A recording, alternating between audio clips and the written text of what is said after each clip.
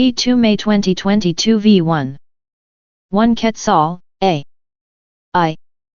This hadith teaches Muslims to speak politely, and show generosity to their neighbors and guests. The repetition of "let him who believes in God and the last day" means that a Muslim's actions originate from a strong belief in fundamentals of Islam. Therefore, he can link his beliefs with his actions. Islam, a religion of peace, guides its followers to maintain peace, harmony, and goodwill in the community. It trains them to be a source of benefit for others by observing politeness, kindness, and generosity. Another hadith highlights the qualities of a true believer as, "A Muslim is one from whose tongue and hand other Muslims are safe." A Muslim who is cordial and decent, will always try his best to avoid any misuse of his tongue. Likewise, he is likely to be generous towards his neighbors and hospitable towards his guests. The Prophet demonstrated kind treatment of his guests regardless of their religion or social status, demonstrating his traditional hospitality. He instructed his followers to consider their neighbors as members of their own family. 2. This hadith states the importance of earning by lawful means and hard work. God has predestined the income of every person but has given free will to humans to choose the mode of earning it. The Prophet urged his followers to avoid beggary, dependence on others, and earn from all lawful means without considering any type of work as menial or undesirable. He also forbade any income from gambling, usury, and bribery as they tend to entice people to avoid any laborious efforts. They also breed a culture of greed, dishonesty and cheating, and thus shatter the social fabric of a Muslim community.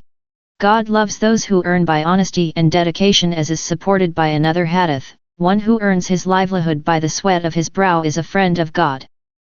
3. This hadith is about the importance of universal brotherhood of Muslims. This brotherhood was divinely designed after the Prophet's migration to Medina. Believers are a single brotherhood, 49:10, Al-Hujurat. This institute, the Mawaqat, unified Muslims on the basis of their common faith, and erased all other marks of identity. Head and eyes are the most important body organs, as the functions of the other organs depends on these two being in good shape. If, for example, a person's head is affected, the working of all body organs will be seriously damaged. The Prophet, therefore, equated the unity of Muslims with the head/brain. Muslims can make progress only by remaining united as a single ummah. So, this hadith teaches Muslims to strengthen the communal ties instead of getting divided and disputing with each other. 4. This hadith proves universality of Islamic teachings by linking huquq al-ibad/rights of the people with huquq Allah/rights of God. It highlights an important fact that Islam is not all about the 5 pillars, but its teachings extend to all social and economic aspects, too. It expects from its followers to establish social equilibrium and collective welfare in the Muslim community. The Quran tells Muslims that God Almighty has fixed a share for the poor in the wealth of the rich people, and in their wealth there was a rightful share for the beggar and the destitute. 51:19, Al-Dhariyat. The Prophet has stressed on the importance of looking after the poor and the widow in a Muslim community. He promised rewards of jihad, salat and psalm/fasting for those who help such needy persons as well as others who deserve moral and material aid. Thus the believers have their duties towards God, and duties towards their fellow beings. By striking a balance between the two, they can expect multiple rewards from God, who will consider their noble deeds as a form of worship and a kind of active struggle in His way. B.I. Muslims should make sure that they use their speech responsibly and decently.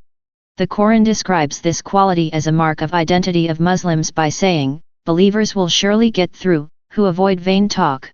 23:1-2, Al-Mu'minun. They should refrain from abusive language, backbiting, and cursing and slandering others. In Islam, taking care of the neighbors is so important that a full surah is named, Al-Ma'un/the neighborly needs. The Prophet stressed on the rights of neighbors as, "Jibreel did not cease to advise me regarding the rights of neighbors, until I began to think that they would also have a share of my inheritance." Similarly, a genuine Muslim will show hospitality towards his guest without feeling uncomfortable by his arrival. He will not show any degree of miserliness in entertaining their guests, and serve them the best available meals at home. He should remember that the Prophet declared guests as a sign of God's blessing. Once Abu Talha Ansari and his wife welcomed a hungry muhajir into their home and, even though they had barely enough food for their children, offered him whatever they had. 2. Muslims should follow the glorious examples set by the Prophet. He used to do all chores of life himself. He would mend his shoes, patch his garments, milk his goats, though he had many wives who were always willing to serve him. He participated in building the mosque in Medina after his migration, and digging the trench around the city to save it from the Allies. He never looked down upon these types of work, and encouraged his followers to do the same. He didn't like beggary and instructed Muslims to work for themselves. Muslims should help the beggars but try to eliminate the institution of beggary. They should do it in the light of a hadith that states that a prolonged state of poverty may take a believer towards paganism. 3. Muslims should share the joys and sorrows equally. They should follow the example of the Ansar of Medina who, realizing the miseries of the Muhajirin, readily accommodated them and shared all their assets with them. Muslims today should hurry to the help of fellow Muslims whenever they see them in trouble. This spirit may be demonstrated on the level of a family, province, country, or the whole Muslim world. Every year the Hajj provides Muslims from all parts of the world a single platform to review the communal issues. Heads of Muslim states can find ways to promote fraternal ties among them. The uniformity on this occasion inculcates a strong sense of being members of one family. Muslims should avoid sectarian divide as it has been condemned in the Quran. As for those who divide their religion and break up into sects, you have no part in them in the least. 6:159, Al-An'am, instead, they should try to iron out all differences to keep themselves as a strong and healthy body. 4. Muslims should not only observe the rituals of Salat and Psalm, but should also be generous towards the needy members of their community. They should give charity to the charity organizations that operate to provide education, healthcare, and housing to the poor. There are philanthropic organizations that have started building shelter homes and providing daily meals. God guarantees huge rewards for such generous believers in the Quran. The parable of those who spend their possessions for the sake of God is that of a grain out of which grow 7 ears, in every ear 100 grains. 2:261, Al-Baqarah. They should follow the example of the Prophet who married widow women in order to rehabilitate them. They can be taught some skills and given financial aid with the intention of making them self-dependent. The core objective should be to make such poor people assets of the community, not just a liability. 2 Quetzales, A. Write an account of the following 3 categories of hadiths. Sound hadith, Sahih. Good hadith, Hasan. Weak hadith, Da'if. 10. B. In your opinion, why was it considered important to classify hadiths into Sahih, Hasan, and Da'if? Give reasons to support your answer. 4. Ans, A. Sound hadith, Sahih. Hadiths are divided into various categories mainly on the basis of the degree of genuineness. Accordingly, a Sahih hadith is that which fulfills all requirements of matun, text, and sanad/isnad, chain of transmitters of hadith. In a Sahih hadith, matun conforms to the Quran, other ahadith of the Prophet, and status and grace of the Prophet. It is easily understandable, appeals to common sense and wisdom, and does not mention anything that violates the laws of nature. The chain of reporters is muttasil or totally uninterrupted. There is not even a slight defect in the memory or conduct of any of its reporters. All the reporters fulfill all strict conditions of qualifying to be reliable reporters of hadith, thus making a flawless sanad/isnad. For example, modesty produces nothing but good and purity is part of faith. Good hadith, Hasan. Next in terms of reliability is the Hasan hadith. It is as sound as a Sahih hadith except for a minor defect in the memory of one of the reporters, though its matun is absolutely authentic. This minor defect keeps it from being a Sahih hadith. Such a hadith may reach the level of Sahih if it is reported by several chains of transmitters. For example, Imam Malik, Abu Dawud, and Al-Tirmidhi reported through this isnad. Amr bin Shoaib reported from his father, who reported from his father, Amr's grandfather, who reported from the Messenger of God, who said, "A single rider is a devil, 2 riders are 2 devils," but 3 makes a traveling party. Al-Tirmidhi declares it a Hasan hadith because its isnad includes grandfather, father, and grandson as reporters. Another example is, Ja'far bin Sulaiman narrated to us from Abu Imran from Abu Bakr bin Abu Musa Ash'ari who said, I heard my father saying, God's messenger said, indeed the gates of paradise are beneath the shades of swords. Tirmidhi declared it a Hasan hadith because all narrators are reliable except for the Ja'far bin Sulaiman. Generally, Muhaddithin treat Hasan hadith like Sahih hadith while still acknowledging their status lesser than the Sahih category. Weak hadith, da'if. A da'if, weak, hadith is the one that fails to reach the status of Hasan. The sanad or chain of reporters of a da'if hadith may be broken or muttasil, and there is no evidence about the missing reporter. Moreover, there may be a serious defect in the memory or conduct of one or more of its reporters. One of the reporters in its isnad may have been too young to report a hadith. The narrator may not be well known for the nobility of his conduct though his memory may have been excellent. He may have committed some sin that became public. Conversely, with an unquestionable conduct, the reporter may have a defect in his memory. Such a reporter may have made many mistakes or opposed the reliable narrators or have been involved in religious innovations. Some of such reporters include Abdullah bin Lahiyat, a famous judge from Egypt, Abd Rahman bin Zayd bin Aslam and Abu Bakr bin Abi Maryam al-Himsi. Similarly, a hadith can be da'if due to an interruption in its isnad. A good example of a da'if hadith is, acquire knowledge even though you have to go to China. There is no evidence of unusual scholarly skills of the people of China in those days but due to the lesson of importance of acquiring knowledge it remains an acceptable hadith. Muhaddithin have detected a number of chains/isnad that have been proven as weak. For example, Ibrahim bin Amr bin Bakr reported from his father who reported from Abd Aziz bin Abi Rawad who reported from Nafi who reported from Ibn Umar. In this chain both Ibrahim and his father are not acceptable as both are accused of fabricating hadith. B. Various types of a hadith help Muslim scholars and people in general to fully understand the teachings of the Prophet. Usually, legal experts/fuqaha prefer to use Sahih or Hasan hadith in formulating Islamic law. These types conform to the teachings of the Quran as well as other ahadith.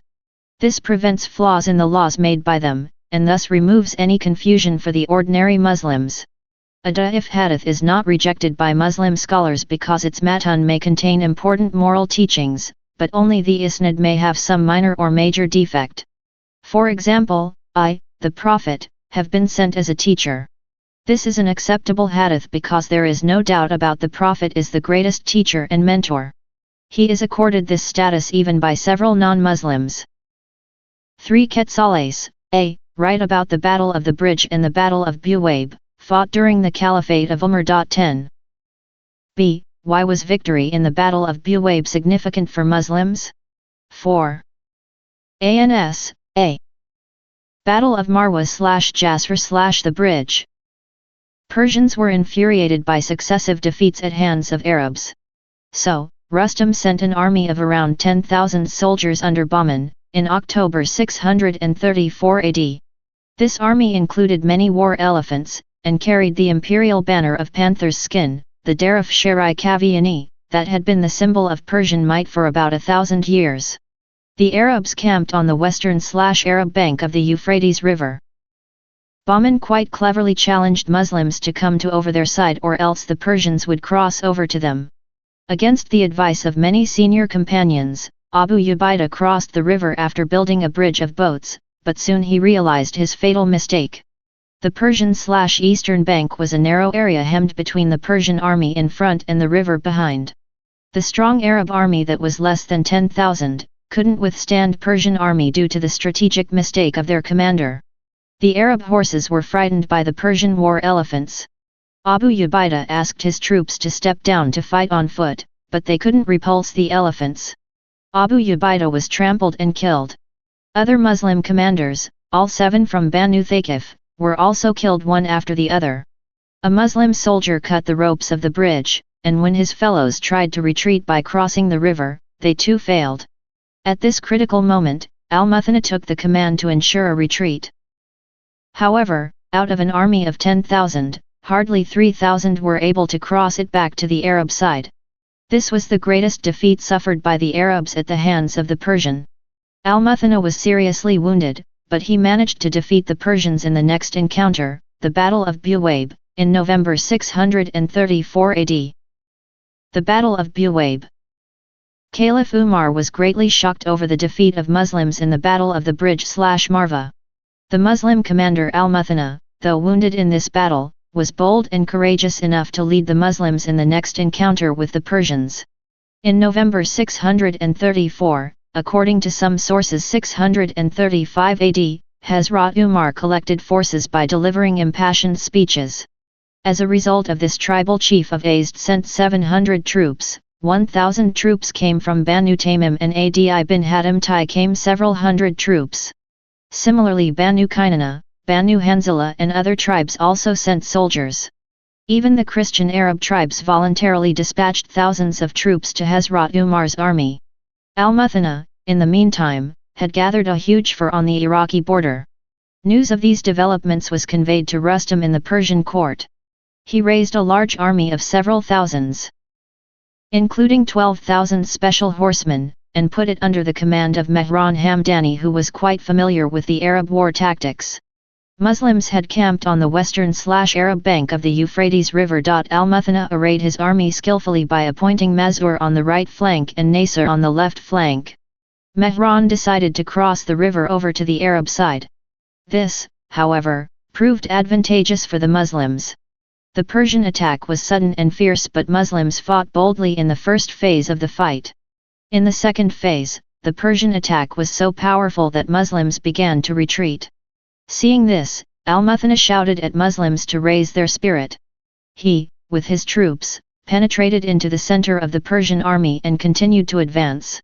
He lost his brother Mas'ud but didn't care about the loss and asked his troops to continue fighting.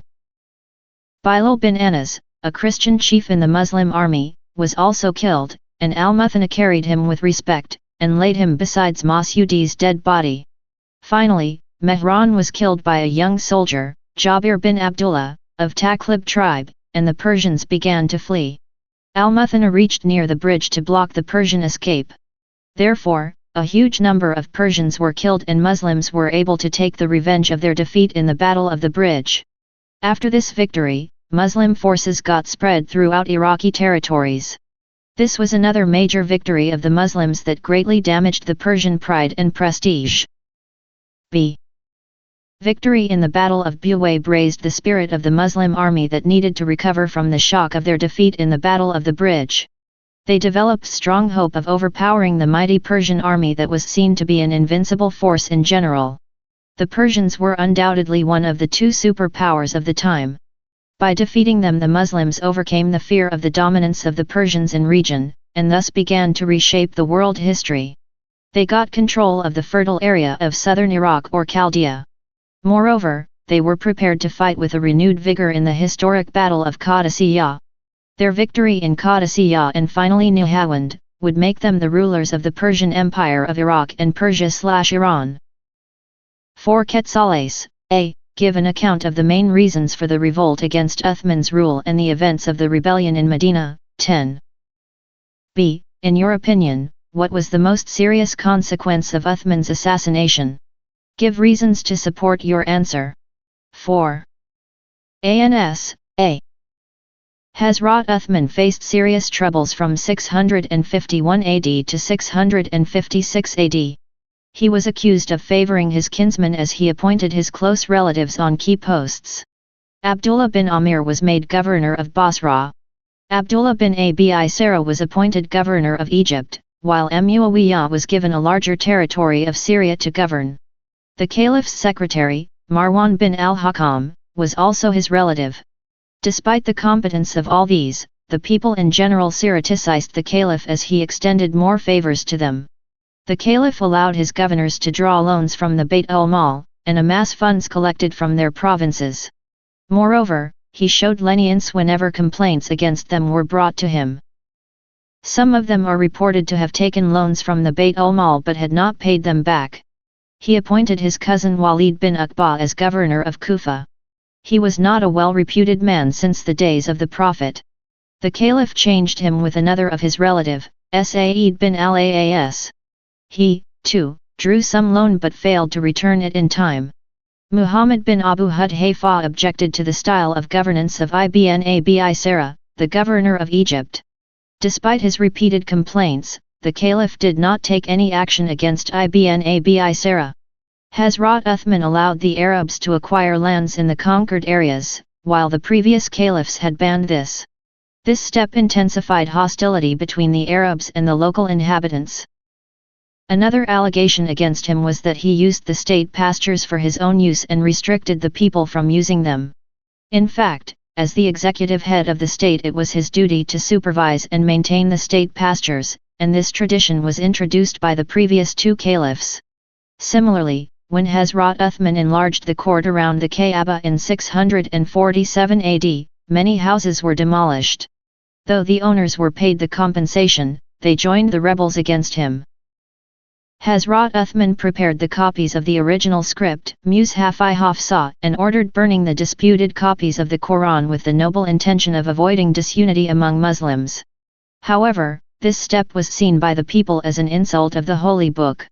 Abdullah bin Sabah, a Jewish hypocrite from Yemen, launched a campaign against the Caliph. He exploited Hazrat Ali's name and status to instigate people against the Caliph. Expelled from Kufa, Basra, and Syria, he eventually established his headquarters in Egypt. The Caliph, however, never took any strict action against him. In 656 AD, 3 groups of armed rebels left Kufa, Basra, and Fustat and made separate bases in Medina. They sent delegations to the 3 most respected advisors of the Caliph, Hazrat Ali, Talha, and Zubair. These companions responded harshly and refused to cooperate with them against the Caliph. As the deadlock prolonged, Hazrat Ali, acting as the intermediary, advised the Caliph to remove the Egyptian governor Abdullah bin Abi Sarah. The Caliph reluctantly agreed and the rebels returned to their cities. 3 days into their march to Fustat, the Egyptian rebels captured a slave of the Caliph who was carrying a letter to the Egyptian governor. The letter, with a fresh seal of the Caliph's office, contained orders for the governor to kill the rebels on their arrival in Egypt. Feeling furious, the rebels turned back to Medina, and soon were joined by those from Kufa and Basra. In the presence of Hazrat Ali, the Caliph denied any knowledge of the letter, though he admitted the ownership of the slave carrying the letter. Hazrat Ali, Talha, and Zubair sent their sons to guard the Caliph's house. The rebels received the news of an elite force sent by Muawiyah that was around 120 kilometers from Medina, and decided to act quickly. They besieged the house of the Caliph and attacked. Hassan bin Ali and Muhammad bin Talha bravely defended. Marwan's troops also tried to save the Caliph. Hazrat Uthman asked all to leave him alone as he was the sole target of the rebels. Finally, the rebels led by Muhammad bin Abu Bakr approached the Caliph at the time of the Azan for Friday prayer. They attacked him with a sword and blood from his forehead fell on the Quran he was reciting. His wife Naila lost 2 of her fingers while saving the Caliph. B. Hazrat Uthman's martyrdom laid the foundation of division among the Muslims. Election of Hazrat Ali as the next Caliph was not acknowledged by many companions as they thought he was supported by the rebels. Delay shown by Hazrat Ali in punishing the killers of Hazrat Uthman further strengthened opposition against him. He did not do so deliberately because the circumstances had become too complex to handle easily. He changed the governors of Hazrat Uthman with a noble intention of resolving the crisis, but this step proved counterproductive. As a result, he was forced to fight 2 civil wars, the battles of the Camel and Siffin, shortly after becoming the Caliph. This mutual hostility would lead to a permanent rift among the Muslims to keep them fighting against each other. All this enabled the anti-Muslim forces to accomplish their mission. 5 Quetzales, A. Friday, Jum'ah, prayer is of special importance to Muslims. Describe how worshippers prepare for this prayer. What its main features are. 10. B. What are the benefits of praying in a congregation? Give reasons to support your answer. 4. ANS, A. Preparation for Friday/Jum'ah prayer.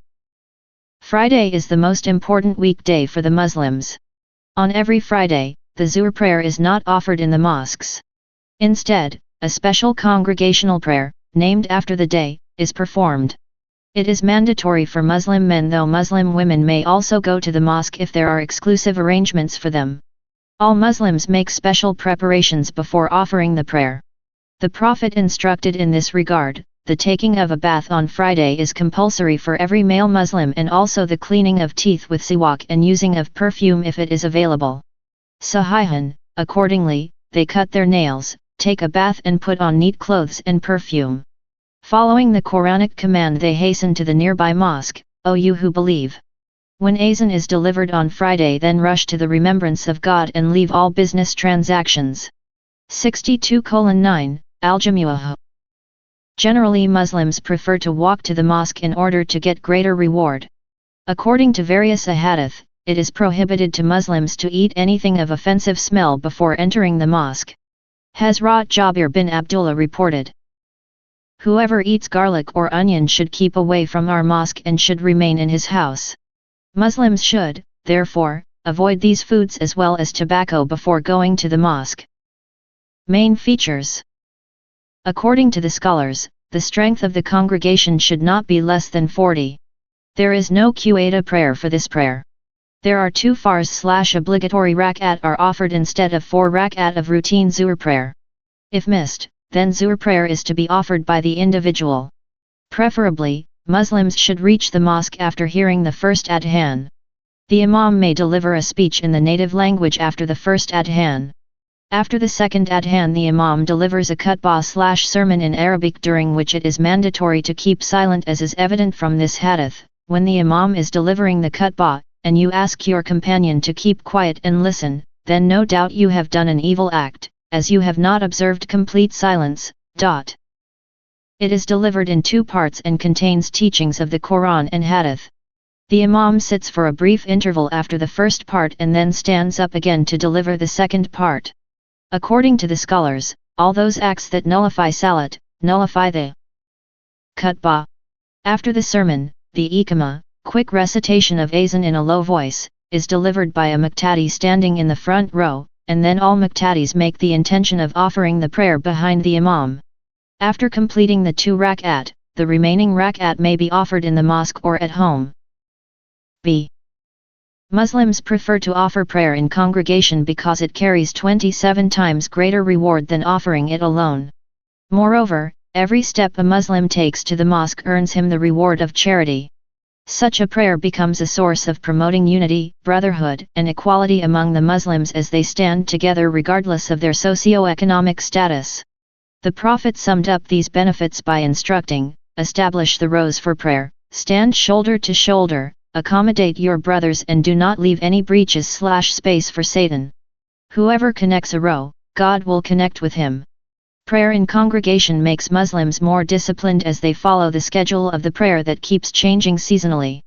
By getting together 5 times a day, Muslims of a locality can discuss the problems facing them, and find their solutions.